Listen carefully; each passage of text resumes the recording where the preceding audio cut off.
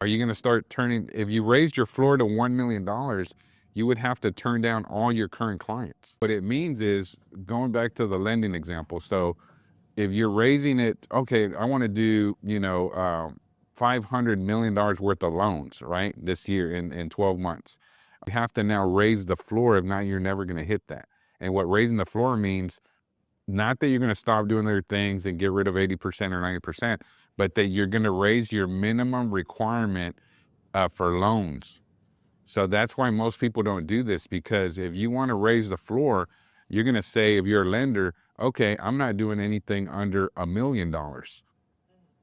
And if you do that, it's going to be very scary if you're doing loans, because especially if all your loans were under $1 million. Start them all down first. Exactly. And what if you have to make, that's how you live, that's how you pay your bills.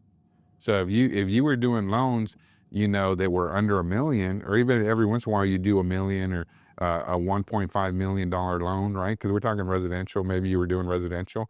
The bulk of your loans were maybe like 300,000, 500,000, dollar homes, let's say. Now you're thinking that you want to do, even $5 million loans or $1 million loans. Let's say you have to raise your floor to that 1 million. Anything under that, you have to say no to. So that's hard. Are you going to start turning, if you raised your floor to $1 million, you would have to turn down all your current clients. They will be calling you and you would have to tell them, I'm sorry, I don't do loans under $1 million anymore.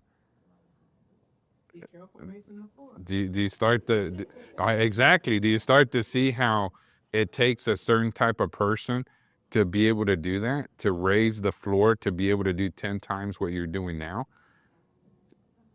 It takes a lot. It's not easy. And that's one of the scariest parts, to be able to have to turn down business.